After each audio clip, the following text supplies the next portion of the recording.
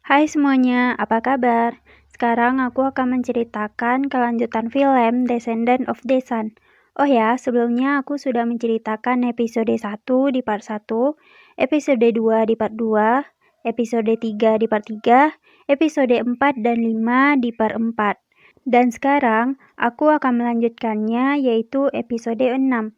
Bagaimana ceritanya? Let's go dates! Di awal film, Yu Si-jin menyatakan cintanya kepada Mo-yoon.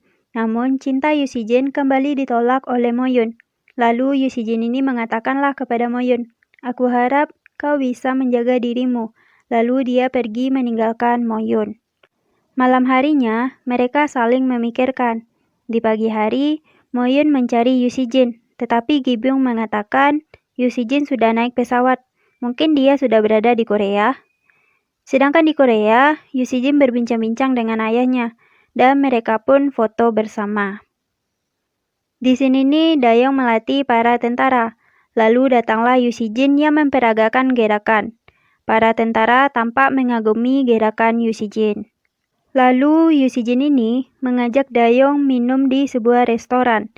Di situ mereka bertemu dengan anak murid Dayong. Jadi dulunya Dayong adalah instruktur jahat mereka. Dayong pun disapa oleh mereka. Lalu Dayong lari dari tempat itu. Dan terjadilah aksi kejar-kejaran. Namun mereka selamat dari kejaran itu. Setelah berbincang-bincang, Dayong permisi pergi duluan kepada Yu Si-jin karena rumahnya berada di sekitar situ. Lalu pergi meninggalkan Yu Si-jin, sedangkan Yu Si-jin mengoceh karena ditinggalkan oleh Dayong. Di perjalanan, Minju menelpon Dayong, lalu diangkatlah oleh Dayong tanpa mengatakan apapun kepada Minju ini.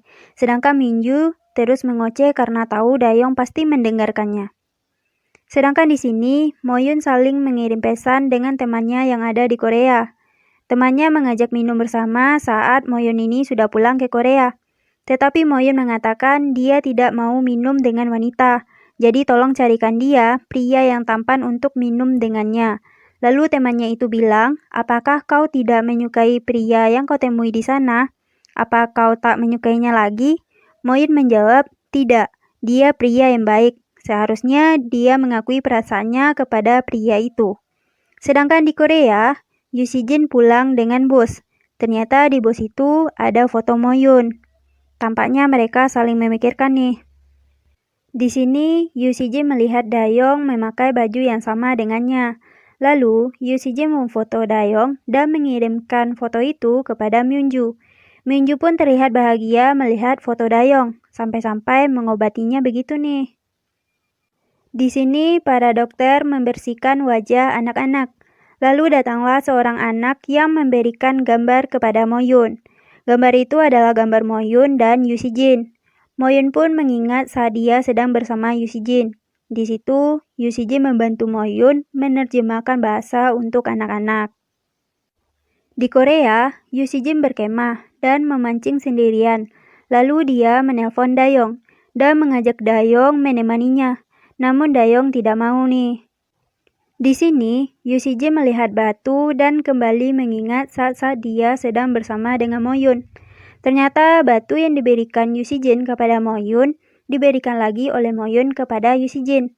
Sedangkan di Uruk, Mo-yoon juga mengingat kebersamaannya dengan Yu Si-jin. Lalu datanglah Dr. Daniel yang menyapa Mo-yoon. Ternyata hari ini Mo-yoon akan kembali ke Korea. Di sini, wanita ini sedang mengambil bunga. Lalu dia melihat kupu-kupu dan burung-burung yang bertebangan. Ini bertanda bahwa di sana akan datang bencana nih. Di sini Mo-yoon didatangi oleh Myunju.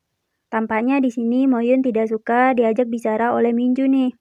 Lalu Myunju mengatakan, "Apakah kau menyukai Yu Si-jin?" Lalu Mo-yoon melihat Myunju. Myunju pun mengatakan, "Kau menyukai Yu Si-jin." Lalu Myunju mendapat telepon dari Yu Si-jin.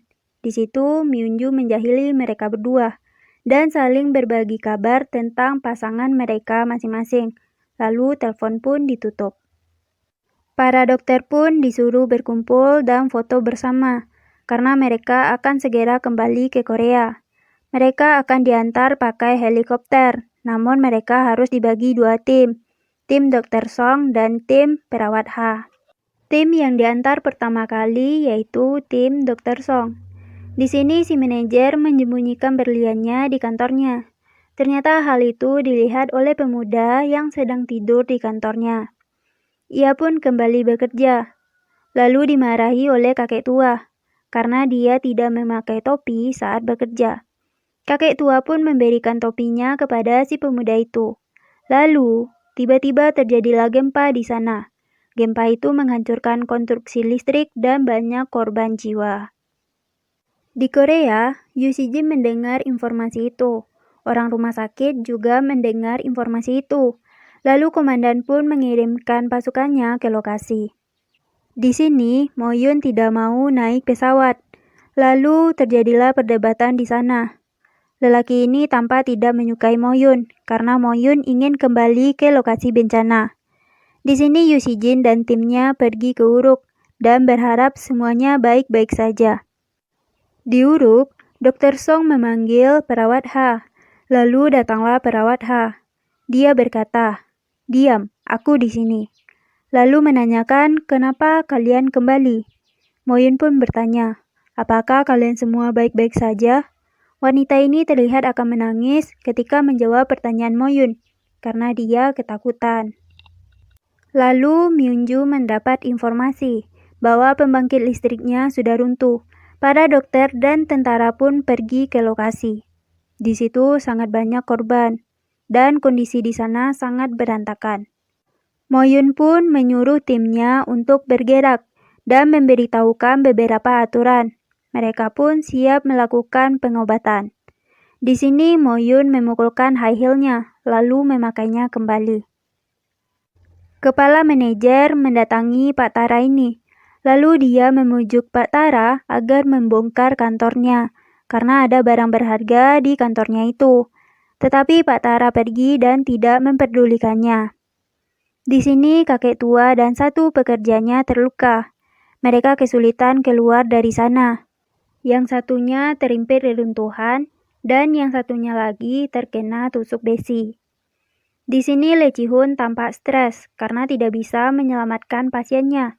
Lalu datanglah Dr. Song yang menamparnya dan berkata, "Bersikaplah seperti layaknya seorang dokter." Lalu dia berkata, "Dokter macam apa aku?" Dr. Song pun berusaha menyemangati Lee Ji-hoon dengan kata-katanya. Lee Ji-hoon pun menangis dan ditenangkan oleh Mo-yun. Lalu Lee Ji-hoon pun mengumumkan waktu kematian pasiennya dan menutup mata pasiennya. Sedangkan di Korea, teman Mo-yun sangat khawatir dengan Mo-yun dan berusaha menghubungi Mo-yun tetapi tidak terhubung. Sedangkan di Uruk, para dokter menjalankan tugasnya, sedangkan tentara juga begitu. Di saat Mo-yun mengobati pasiennya, sang pasien memberikan sepatunya untuk dipakai oleh Mo-yun. Di saat si Gi-byun ini mencatat daftar kematian, tiba-tiba datanglah pesawat. Ternyata itu adalah Yu Si-jin dan pasukannya. Mereka berdua terlihat saling berpandangan. Lalu datanglah pasien yang mengatakan temannya terluka. Mo-yun pun pergi dari tempat itu. Di sini, Yu Si-jin berpidato dan memberikan beberapa pengarahan kepada anak buahnya. Saat sedang bersiap-siap, Dayong ditemui oleh Myung-ju dan memerintahkannya agar jangan sampai terluka dan mati. Dayong pun hormat kepada Myung-ju. Di sini, Mo-yun hendak memakai tali sepatunya. Lalu datanglah Yu Si-jin yang memakaikan tali sepatu Mo-yun. Dan dia minta maaf kepada Mo-yun karena tidak bisa menemani si Mo-yun ini. Mereka berdua pun kembali menjalankan tugas mereka masing-masing. Dan episode 6 pun berakhir. Jangan lupa tunggu ya episode 7-nya. See you and goodbye for next video.